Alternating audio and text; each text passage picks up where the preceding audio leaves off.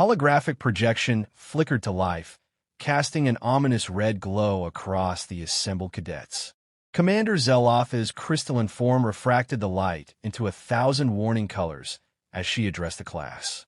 What you are about to witness, her voice resonated through the lecture hall, is planet classification, extreme hazard.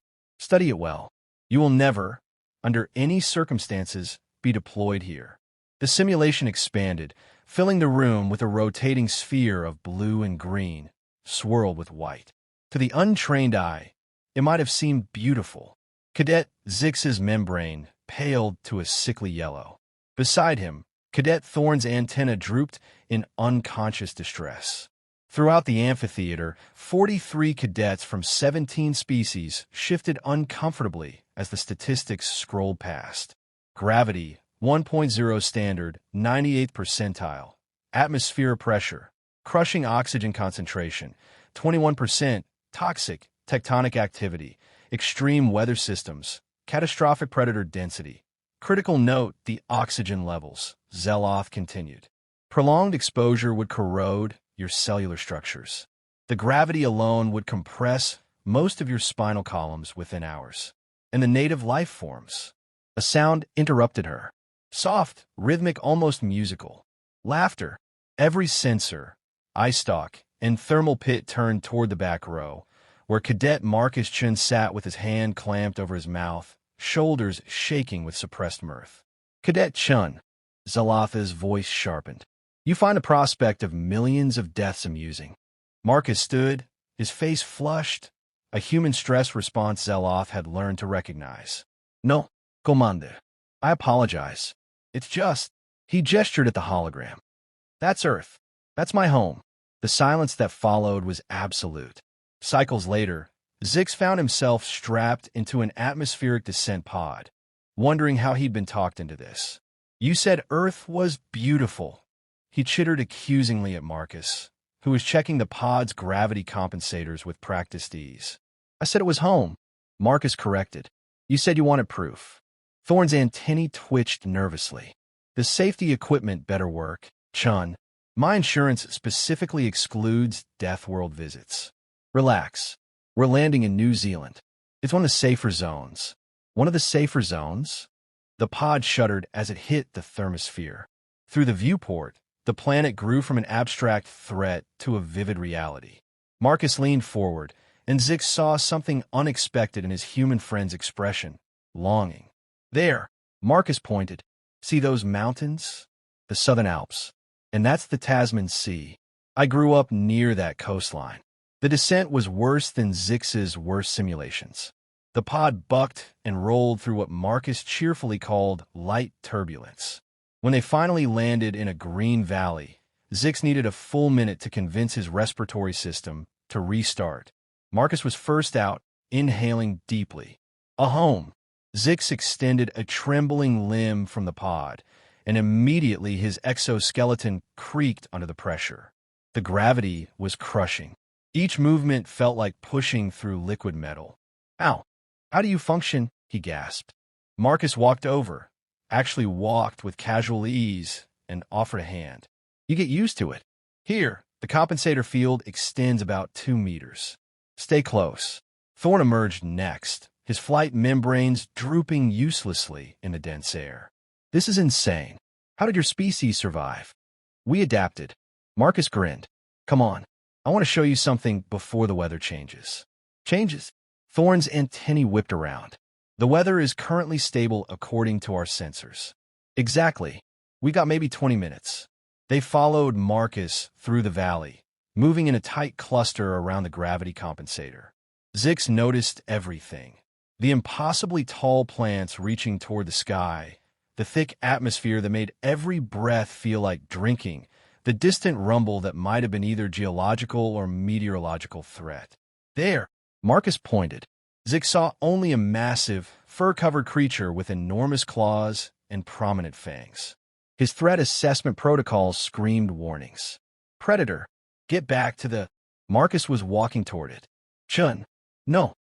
The creature rose on its hind legs, easily 3 meters tall, and Zix prepared to witness his friend's death.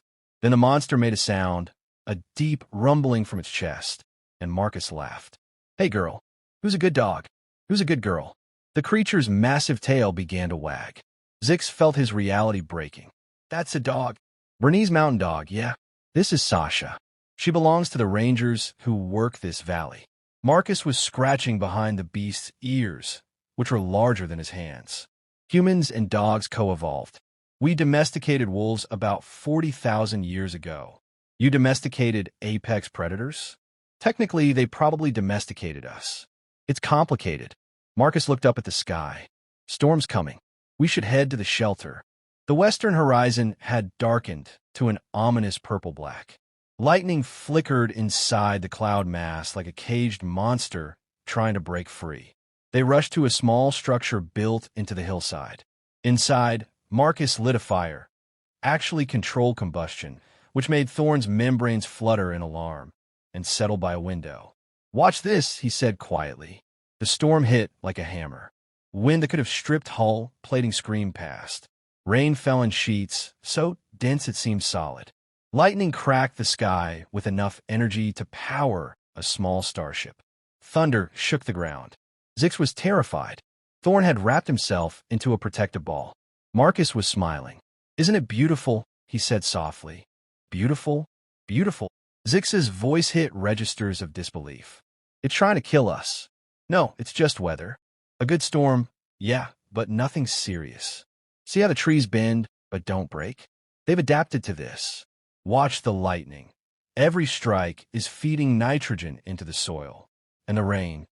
Marcus closed his eyes, listening. "The rain brings life. Your entire planet is trying to murder you, and you've romanticized it."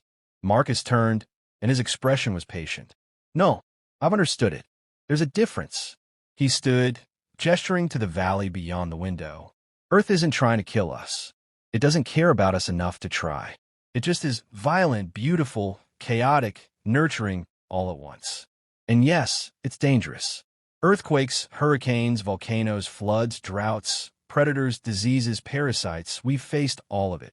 How did you survive?" "We learned." Marcus poked the fire, sending sparks dancing upward. "We learned to read the weather, to build shelters, to make fire. We learned which plants fed us and which killed us. We learned to track predators and avoid them, or hunt them. We learned to work together because alone we die. Every challenge Earth threw at us, we adapted." Thorn uncoiled slightly. "But at what cost?" "At the cost of becoming who we are." Marcus sat back down. "Every other species I've met in the academy, you all come from what you call normal worlds.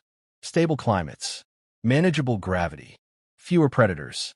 And you developed mathematics, philosophy, faster than light travel. You had the peace and stability to build incredible civilizations. And you didn't. We built civilizations too, but ours were forged in crisis.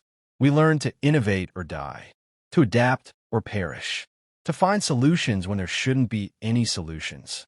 He smiled. "Earth didn't give us the luxury of optimal conditions. It gave us problems, and we became really, really good at solving problems." The storm was passing, the fury fading to a steady rain. The late afternoon light broke through the clouds, painting the wet valley in golden green. "Come here," Marcus said. "Both of you." They joined him at the window. The valley had transformed. The rain had released fragrances from the soil and plants. Zix's sensors identified thousands of complex organic compounds. A rainbow arched across the sky, and in the trees, small creatures began to sing. "This is the part they never show in the hazard simulations," Marcus said quietly. "Yes, Earth is dangerous, but it's also this. The smell after rain, the colors, the songs, the fact that Sasha just wants her ears scratched, the way the mountains look when the clouds clear." He turned to his friends. "You called it a Deathworld. We call it home. And the difference between those two things, that's what makes us human. We don't just survive despite the chaos. We find meaning within it. We find beauty in the storm and friends in the predators. We adapt not just our bodies, but our perspectives." Zix was quiet for a long moment, watching the valley come alive in the aftermath of violence. "It's still terrifying," he said finally. "Yeah," Marcus agreed. but so is deep space. So are black holes and supernovas and the vast emptiness between stars. You adapted to that. We adapted to this. He grinned. Besides, terror can be fun. Want to see the beach tomorrow? I'll teach you to surf. Surf? You stand on a board and ride ocean waves that are trying to drown you. That sounds like suicide. It's actually just Tuesday. Come on, I'll make dinner. Hope you like spicy food. Why would food be? Because we use plants that evolve chemical defenses to poison us, and we thought, hey, that burning sensation is delicious. Thorne's antennae drooped in resignation. Your species is insane. Probably. Marcus agreed cheerfully, heading to the shelter's small kitchen. But we're really good at it. Later that night, as Zix lay in his environmentally controlled sleeping pod, he found himself thinking about what he'd witnessed. The danger was real. His stress indicators confirmed that. But so was everything else. Marcus had shown them that survival wasn't just about avoiding death. It was about finding reasons to live within the very conditions that threatened you.